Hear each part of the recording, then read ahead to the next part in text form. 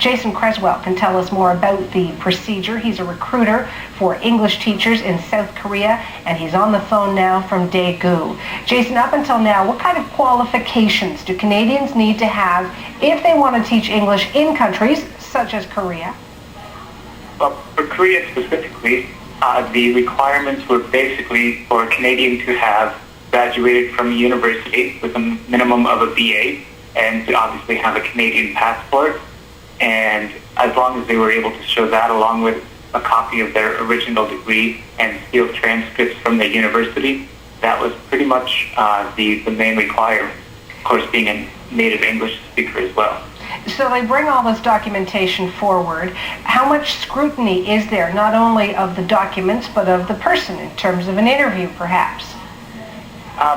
Well, the individual recruiting companies, they do their own interview first, and then the candidates also interviewed by the school itself. But the scrutinizing of the documents, that's up to Korean immigration, and they've been a little bit tougher with that because of problems with false documents, false degrees, and false transcripts. So they've been pretty tight about that, but up until now they haven't been very strict about any sort of background checks. So Jason, what are you hearing about plans to tighten up the screening process in light of these two allegations? After the news has come out about these allegations, there have been actual steps taken by the Korean Immigration Department to make changes to what they're doing. And now, as of December, they're going to start requiring criminal background checks as well as medical checks to screen for things like narcotics and that kind of stuff. So they are actually taking some pretty big measures to cut down on that kind of problem. Lots of people don't have a criminal past. Majority of people don't have a criminal past. Are there plans to perhaps beef up the interview process to try to filter out other people who may cause, suspicion? Sure, yeah. They are actually talking about also having an additional interview performed by the Korean consulates in the countries that people are applying from. Now that's kind of just in the stages of being talked about, nothing totally confirmed on that because of the logistics of having to interview that many people. But like you said, I mean, there's no real way of screening everybody because if they haven't been caught with, some kind of criminal record, then that's just not going to show up. So hopefully the combination of the screening plus the more intense interviewing might kind of weed out the good from the bad. And as a former teacher, Jason, and now a recruiter, how does it change how you approach your responsibilities when you hear stories about the allegations facing these two Canadian teachers, Christopher Paul Neal and also Frank Mader?